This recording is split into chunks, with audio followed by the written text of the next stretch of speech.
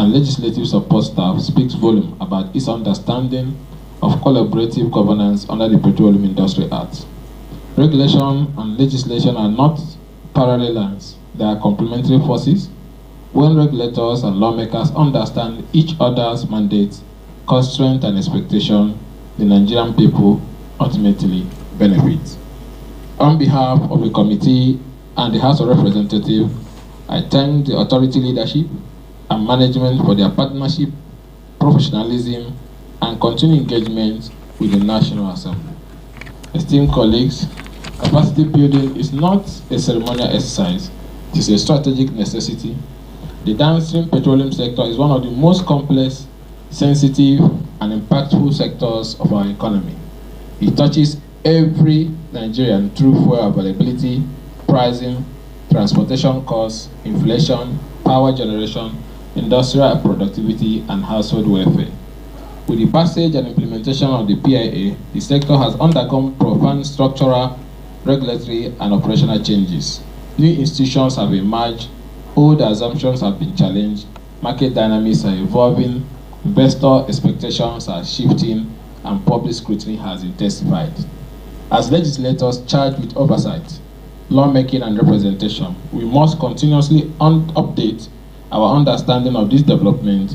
We must equip ourselves with the technical, legal, and economic insight required to perform our constitutional responsibility effectively. This workshop, therefore, is timely and strategic. As we approach the end of the year, it is appropriate to briefly reflect on the journey of the committee through 2025. Through the year, the committee has remained focused on its core mandate, ensuring transparency, efficiency, accountability, and sustainability in Nigerian downstream petroleum sector.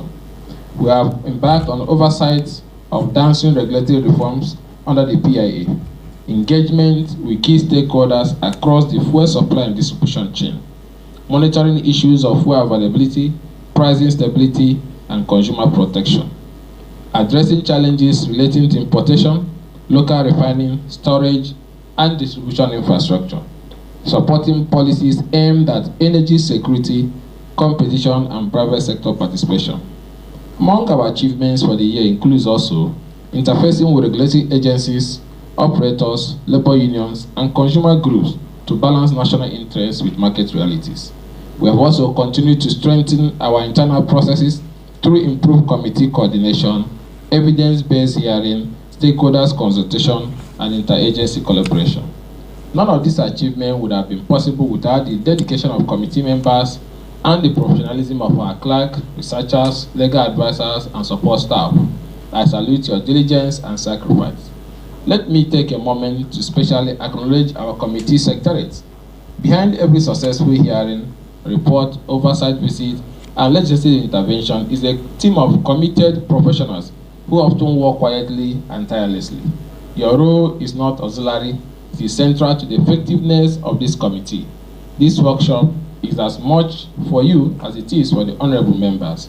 As the complexity of legislative work increases, the need for technical, sound, well-trained, and motivated support staff becomes even more critical. Esteemed colleagues, as we look forward to 2026, we do so with renewed hope, clarity of purpose, and a sharpened focus. The coming year will demand even more from us. The downstream sector will continue to evolve, global energy market remain volatile, domestic refining capacity is expanding, regulatory enforcement will deepen, issues of affordability, deregulation outcomes, energy transition, and consumer protection will remain at the forefront of national discourse. In 2026, this committee must strengthen proactive oversight rather than reactive intervention, support policies that encourage local refining, storage, and logistic efficiency, ensure regulatory institutions remain accountable, independent, and effective, promote transparency and fairness in the downstream sector, protect the interests of ordinary Nigerians while sustaining investors' confidence, build strong data-driven and evidence-based legislative process.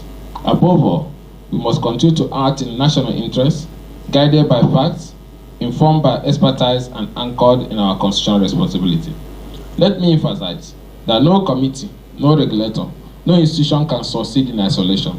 The progress we seek in downstream sector requires collaboration between the National Assembly and regulators, between government and private sector, and between policymakers and Nigerian people.